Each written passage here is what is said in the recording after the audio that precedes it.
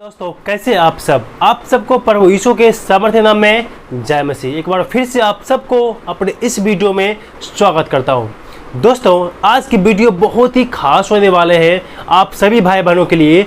इस वीडियो के माध्यम से आज मैं ऐसे आपको 5 बाइबल वर्स बतलाने वाला हूं। अगर जो इन बाइबल वर्सों को आप रोज पढ़ेंगे और उस पढ़े के अनुसार, इस वचन के अनुसार अपने जीवन में इसको लागू करेंगे और उसी अनुसार जब मसीह जीवन को आप जिएंगे ना मेरे दोस्तों, तो आप देखेंगे ये वचन जो है आपको आगे बढ़ने में, आपके जीवन में सफलता पाने के लिए ये वचन आपको बहुत मददगार साबित होगा और धीरे धीरे आप जो है सफलता की ओर जाना शुरू कर देंगे। लेकिन ऐसे नहीं, जब जो वचन आज मैं आपको बतलाने वाला हूँ ना, इन वचनों को आप पूरा सुनिए और समझने का प्रयास कीजिए और उसी वचन को आप पढ़ करके और उस वचन के अनुसार आप जब जीना चालू करेंगे, उस वचन को अपने जीवन में लागू करेंगे, उसी के अनुसार आप एक सच्चा मसीह जीवन जीते हैं, तो मैं उम्मीद करता हूँ कि इन वचनों के द्वारा, इन 5 वचनों के द्वारा आपका जीवन सफलता की ओर आगे बढ़ना चालू हो जाएगा।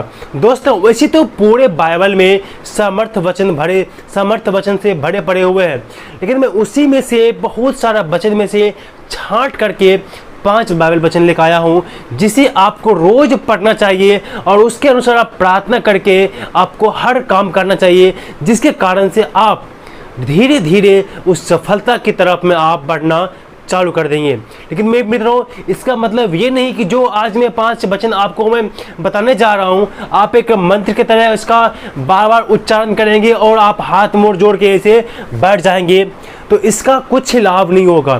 क्योंकि जो आज मैं आपसे कहना चाहता हूँ ना, आपको ध्यान से सुनना होगा, समझना होगा और उस पर अपने जीवन को उसी अनुसार से आपको जीना होगा और चलना होगा, तभी आप अपने जीवन में सफलता को प्राप्त कर सकते हैं। जल्दी इस वीडियो को हम शुरू करते हैं। जानते हो कौन सा 5 ऐसे वचन है जिसे हमें रोज अध्ययन करना चाहिए। जिसमें जो पहला वचन है वह है नीति वचन 16:3 में लिखा हुआ है।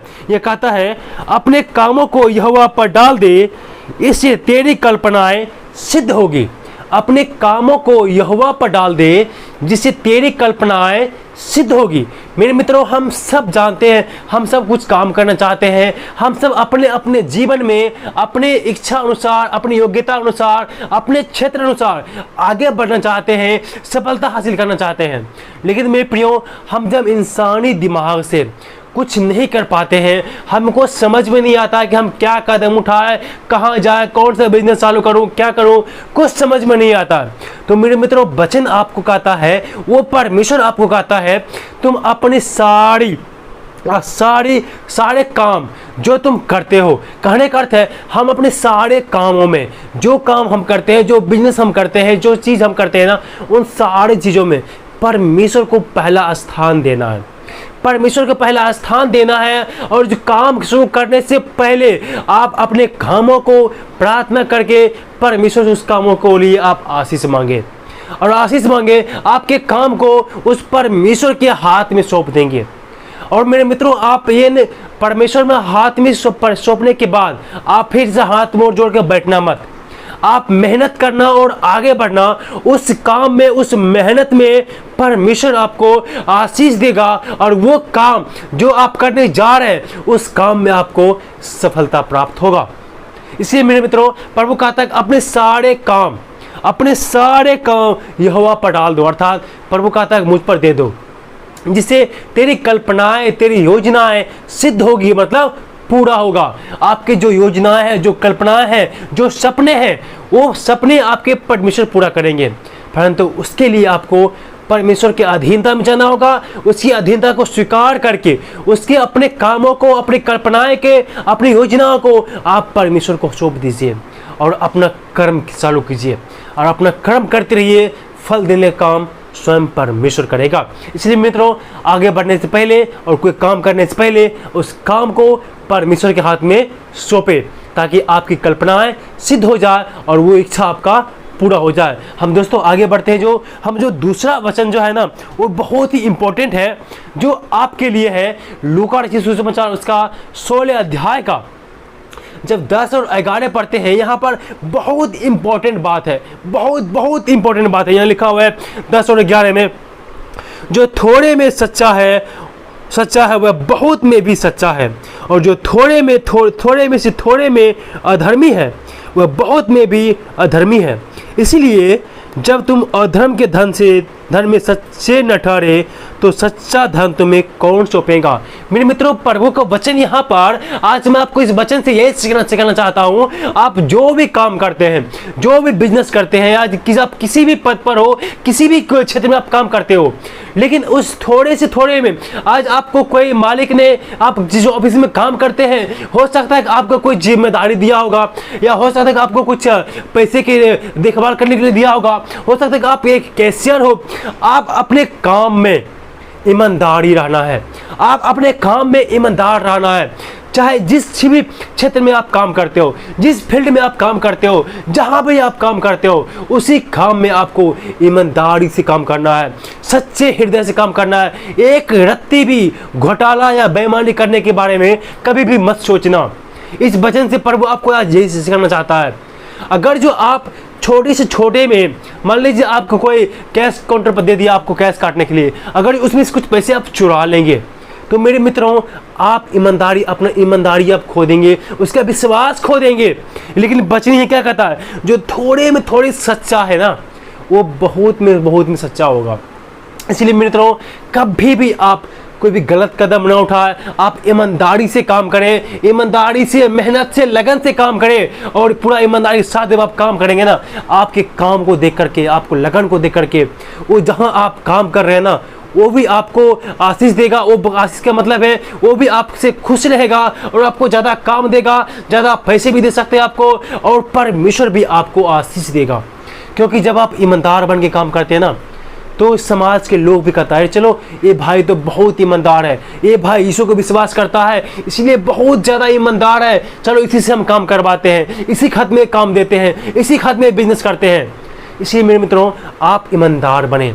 प्रभु यही चाहता है कि आप इस वचन के द्वारा आप ईमानदार बने। एक सच्चा सेवक, एक सच्चा मसीह ईमानदार मसीह होता है। यीशु कभी भी आपको बेईमानी करने के लिए नहीं सिखाता है। इसलिए आप जीवन में आगे बढ़ना चाहते हैं, आप जीवन में सफलता पाना चाहते हैं, मेरे प्रियो, बहुत से लोग सफलता पाने के लिए, आगे बढ़ने के लिए चोरी करते हैं, झूठ बोलते हैं, गलत काम करते हैं। मेरे मित्रों, अगर जो आपका नींव झूठ पर टिका होगा ना, आप आगे कभी भी नहीं बढ़ सकते हैं, आप सीधा गड्ढे में गिर जाएंगे। जिस मालिक के यहाँ काम करते हैं, जिस ऑफिस में आप काम करते हैं, उसी ऑफिस में अगर जो आप बेईमानी करेंगे, उसी ऑफिस में आप चोरी करेंगे, तो मेरे प्रियो, चोरी तो चोरी होता है, वो तो एक पाप है, परमेश्वर भी आपको दंड देगा। और जब आपकी चोरी पकड़ी जाएगा तो आपको उस ऑफिस से निकाल दिया जाएगा। तो फिर आप क्या करोगे? इसलिए मेरे मित्रों, आप जहाँ पर भी हो, जिस क्षेत्र में हो, उसी क्षेत्र में आप काम करो, पूरा सच्चा ईमानदारी से काम करो। जब आप एक ईमानदार व्यक्ति बनेंगे ना, तो आपके साथ साथ प्रभु की भी महिमा होगा। प्रभु आपको देख करके लोग प्रभु की महिमा करेगा, चलो ये तो प्रभु की बंदा है, प्रभु की बंदी है, ये प्रभु के बेटे हैं, प्रभु की बेटियां हैं, इतना ईमानदार है ये, 1 रुपया बेईमानी नहीं करता। इसलिए मेरे मित्रों, आप ईमानदार बने, आप बेईमानी कभी भी ना बने, न झूठ बोले। प्रभु चाहता है कि आप एक ईमानदार बनो। जब आप ईमानदारी से काम करेंगे ना, तो आपको सक्सेस धीरे धीरे आपको मिलता जाएगा और आप जो है आगे बढ़ते चले जाएंगे। इसलिए मित्रों, आप ईमानदार बन के और ईमानदारी से अपना काम को पूरा करें।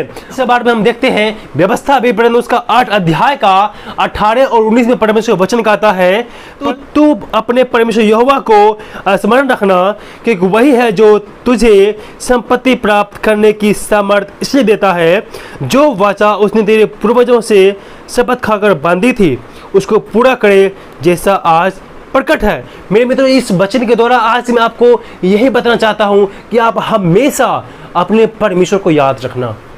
कभी भी आप अपने परमेश्वर यहोवा को, प्रभु यीशु मसीह को ना भूलना, क्योंकि वही है जो हमें संपत्ति देता है, वही है जो हमें आगे बढ़ाता है, वही है जो हमें धन देता है, वही है जो हमें मजबूत बनाता है। इसलिए मेरे मित्रों, आप परमेश्वर कभी भी मत भूलना। बहुत लोग आज हम बहुत सारे मसीह भाई बहनों को देखते हैं, जब वो गरीब होता है, जब वो असहाय होता है, उसके पास धन नहीं होता है, वो प्रभु के पास में आता है, चर्च में आता है, एक मसीह सच्चा मसीह जीवन जीना चाहता है, वो शो करता है। लेकिन धीरे धीरे जब प्रभु उसको आशीष देता है तो धीरे धीरे वो प्रभु को भूलने जाता है और अपने बिजनेस में वो पूरा फोकस करना चालू कर देता है और चर्च जाना वो छोड़ देता है। लेकिन मेरे मित्रों, कुछ दिन के बाद जब हमको देखते हैं क्या, वो व्यक्ति के धीरे धीरे बिजनेस में लॉस होना चालू हो जाता है। इसलिए मेरे मित्रों, आज मैं आपसे कहना चाहता हूँ, आप हमेशा परमेश्वर को याद रखना। चाहे आप किसी भी स्थिति में हो, कभी भी आप परमेश्वर को मत भूलना। हमेशा उसे धन्यवाद देना, हमेशा उसे अपने कामों को बारे में धन्यवाद देना, हमेशा उसे धन्यवाद देना और उसे लगातार विनती करते रहना, ताकि आपको संपत्ति देने में, आपको आशीष देने में परमेश्वर ढिलाई न करे। इसलिए जब आप उसे धन्यवाद देंगे, उसे प्रार्थना करेंगे मेरे मित्रों, तब परमेश्वर आपको आगे बढ़ाएगा। इसलिए आप हमेशा आप परमेश्वर को धन्यवाद देना और उसको हमेशा याद रखना। और आगे कहता है, इसी का 19 में कहता है, यदि तू अपने परमेश्वर यहोवा को भूल कर दूसरे देवताओं के पीछे चलने लगेगा और उसकी उपासना और उसको दंडवत करेगा, तो मैं आज तुमको चिता देता हूँ कि तू निसंदेह नष्ट हो जाओगे। इसलिए मेरे मित्रों, हमें हमेशा उस परमेश्वर को आराधना करना है, उस परमेश्वर को याद करना है। अगर जो हम मुड़ करके पराई देवी देवता को देखते हैं, उसकी आराधना करते हैं, वचन कहता है तू निश्चय ही नाश हो जाएगा। हम पुराना नियम बाइबल में पढ़ते हैं, जो राजा को परमेश्वर ने नियुक्त किया, आगे चल के वो राजा अगर जो बिगड़ गया, वो राजा परमेश्वर के मार्ग छोड़ दिया, वो राजा से वो तुरंत भिखारी बन जाता है। परमेश्वर ने उसे दूसरों के अधीन में कर दिया, दूसरों के गुलामी में डाल दिया। इसलिए अगर जो आप दूसरों को गुलामी से बचना चाहते हैं, आप परमेश्वर में आगे बढ़ना चाहते हैं, आप अपने कामों में सफलता पाना चाहते हैं, तो आप परमेश्वर को सिर्फ धन्यवाद दो परमेश्वर को और हमेशा उसे याद रखिए। तभी परमेश्वर आपको आशीष देगा और आपको आगे बढ़ाएगा। हम देखते हैं चौथा वचन हम पढ़ते हैं, नीति वचन उसका 3 अध्याय का 1 से 4। यहाँ इस प्रकार से लिखा हुआ है, हे मेरे पुत्र, मेरी शिक्षा को ना भूलना, अपने हृदय में मेरी आज्ञाओं को रखे रहना, क्योंकि ऐसा करने से तेरी आयु बढ़ेगी और तू अधिक कुशल से रहेगा। कृपा और सच्चाई तुझसे अलग न होने पाए, पर अपने गले का हार बनाना और अपने हृदय रूपी पट्टियाँ पर से लिखना, तो तू परमेश्वर और मनुष्य दोनों से अनुग्रह पाएगा, तू अति बुद्धिमान होगा। मेरे मित्रों, ये इस वचन के द्वारा प्रभु आपसे आज करना चाहता है, आप परमेश्वर की आज्ञाओं को कभी भी मत भूलना, उनकी योजनाओं को, उनकी आज्ञाओं को हमेशा उसकी आज्ञाओं अपने मन दिल में रखना। कहता है यहाँ पर, अपने दिल की पट्टियों पर उसके मेरी आज्ञाओं को लिखे रहना, तब तुम इससे न दाएं ना उससे बाएं मुड़ना। जो परमेश्वर का वचन कहता है, आप इस बाइबल को हमेशा पढ़िए और इस बाइबल में जो कहा किया है उसके अनुसार आप हमेशा जब चलेंगे ना मेरे मित्रों, वचन कहता है तू अपने गले का हार बनाना और तू मनुष्य और परमेश्वर दोनों को महिमा पाएगा। क्योंकि मेरे मित्रों, अब जब हम परमेश्वर की आज्ञाओं को पालन करते हैं, उनकी विधियों पर हम चलते हैं ना, तो परमेश्वर और मनुष्य दोनों का अनुग्रह हम पर मिलता है। क्योंकि जब परमेश्वर की आज्ञाओं पर आप चलेंगे ना, कभी आप झगड़ी नहीं करेंगे, कभी चोरी नहीं करेंगे, कभी बेईमानी नहीं करेंगे। जब आप गलत काम नहीं करेंगे ना, तो समाज के लोग भी आपको इज्जत करेंगे, समाज के लोग भी आपको मानेंगे, चलो ये तो परमेश्वर की बेटी है, परमेश्वर का बेटा है, ये हमेशा सच बोलता है, सच का साथ देता है, वो भी आपकी बड़ाई करेंगे, वो भी आप पर अनुग्रह करेंगे। इसलिए मेरे मित्रों, आप परमेश्वर के वचन को हमेशा पढ़ें और उसके अनुसार अपने जीवन को जीना चालू करें, ताकि परमेश्वर आपको आशीष दे सके और अपने आप जीवन में आगे बढ़ सके। दोस्तों, हम आगे बढ़ते हैं, 5वां नंबर में पढ़ते हैं इफिसियों की पत्री उसका 4 अध्याय का 17 वचन। इस प्रकार से परमेश्वर का वचन कहता है, इसीलिए मैं यह चाहता हूँ और प्रभु में आग्रह करता हूँ कि जैसे अन्य जाति लोग अपने मन की अनर्थ रीति पर चलते हैं, तुम अब से ऐसे ना चलो। मेरे मित्रों, आज मैं इस वचन के माध्यम से आज आपको बताना चाहता हूँ, परमेश्वर का वचन आपको कहता है, जैसे समाज के लोग, इस संसार के लोग अपने मन पर, अपनी बुद्धि से, अपनी गलत व्यवहारों के अनुसार, गलत बात पर जो चलते हैं ना, वैसे अनरीति चलने के लिए हमें वचन नहीं कहता है। अन्य जातियों की तरह हमें उनके अनर्थ की बातों पर मन नहीं लगाना है, अनर्थ की बातों पर, अनर्थ के चाल पर गलत गलत बातों को नहीं बोलना है। जो हमको ज़रूरत है वही बातों को बोलना है और सही चाल चलना है, सही मसीह चाल चलना है और सही दिशा में चलना है। प्रभु का वचन कहता है तुम ऐसे ना चलो। हम अन्य जातियों की तरह, अन्य जातियों के समान गलत रास्ते पर हमें नहीं जाना है। हम जब सही रास्ते पर चलेंगे ना तो परमेश्वर हमें आशीष देगा और हमें आगे बढ़ाएगा और हमें हमारे हर एक कामों पर वो हमें आशीष देगा और हमें मदद करेगा। इसलिए मैं मित्रों, ये जो 5 वचन आज मैं आपको बतलाया हूँ ना, इन 5 वचन को आप रोज़ पढ़ें और इस वचन के अनुसार अपने जीवन को बिताएं। आपको निश्चय परमेश्वर आपको आशीष देगा।